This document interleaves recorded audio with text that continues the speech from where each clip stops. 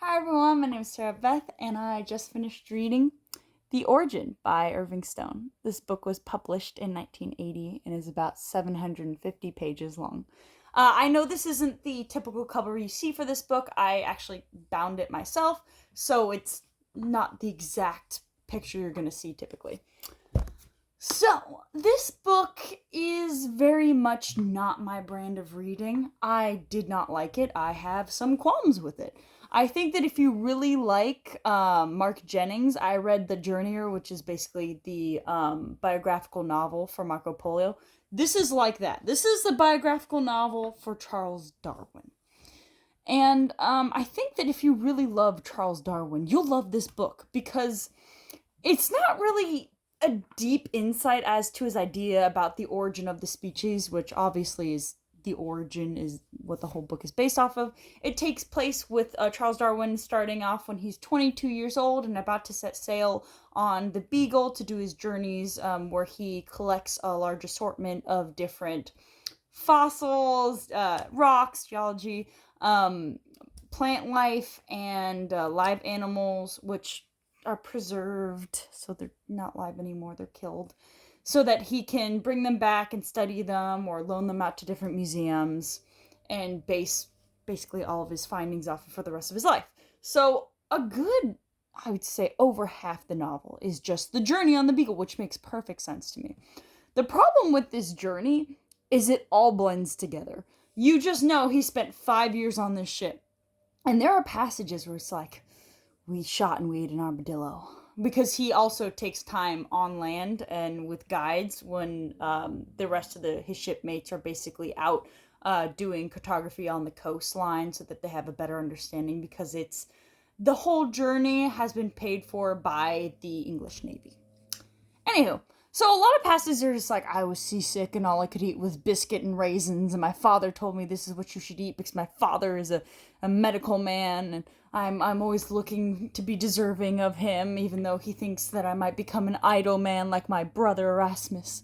It's very much, I enjoyed it when you actually got some people interaction in this book, because a lot of this book is, I found this rock, or I shot an armadillo and that's what I ate. Or there's a 2-page section where he's just falling out of a hammock and trying to discover how he's using the hammock. There are very few, like, actual characters. Even Charles Darwin himself doesn't really get his own character until he's like 40 years old. Okay, 30 years old when he gets married and you get a little bit more about him. Basically, Charles Darwin, you want to know who he is? He's a hypochondriac. And he's so much so that he believes in hydrotherapy. And his wife, Emma, who is actually his first cousin, I understand it's very funny to me that, obviously it was very much accepted at that time period. But as a geneticist, don't you think you should know better? Once again, different time period, I should be fine with this.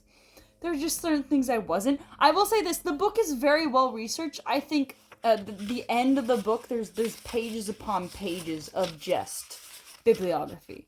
And yes, there are some musings that are missing, as, like how he had a monkey that he raised alongside his child. That is not in the book.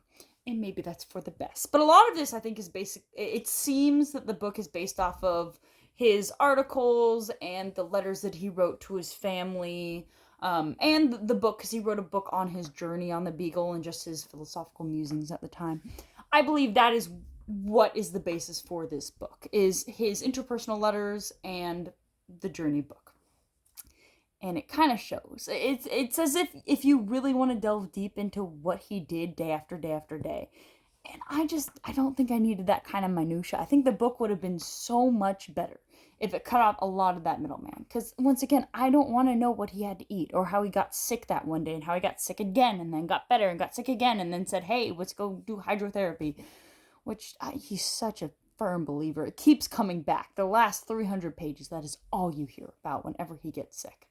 And then it's funny because he's a hypochondriac, because the wife is like, no, you're not a hypochondriac. And she says to her 7 children, she birthed 10 total, but only 7 survived. She basically just says, no, don't be a hypochondriac. I'm going to separate you from your father. No, you're fine, sweetie, you're fine. Don't be like that. That's essentially what happens. There's also, she's very devout and Charles Darwin is not, so you get that interplay too.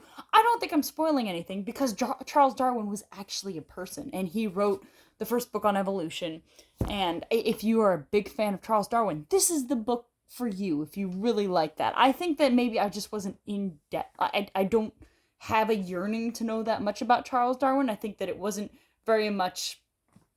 Maybe if you're more of a history buff than I am, maybe it's because I don't personally have this kind of penchant for anything biology related. It doesn't interest me. I enjoyed some of the end of the book had some really lovely passages, like how he had a string of academic fellows that he kept with close to him throughout his whole lifetime, and how they basically spurred one another on, and so his theories on evolution and all the other findings subsequent afterwards would not have come out. He didn't even want to publish The Origin of the Species. He was basically forced to because somebody younger than him came out, and they all became friends. Something that's really weird about this novel is you'd think, especially during this time period, they would be harder on Charles Darwin due to his views of evolution, but really, yes, he had some critics, but he pretty much just slid by pretty okay. He wasn't really, nobody ate, I know they don't egg houses in this time period, but he was never tortured for his views on evolution. And maybe because the general person just wasn't paying attention, but he was widely accepted considering such a, big idea, turning down the Bible. I would think there would be more of an outlash, just personally. I think the prose is fine. Like I said, the best sections are near the end of the book, but the book in general is very slow, but in a bad way. In a way of you just constantly see, I ate this day. I got sick another day. And I didn't enjoy it. Despite this fact, I took a long time binding this book. I'm not going to recommend it. I don't think you should read it unless you really love Charles Darwin and you've already read his letters and you just want to put it together in a timeline. I think this is good for that. Otherwise, not a recommendation for me. Well, I hope you enjoy my review and have a good one.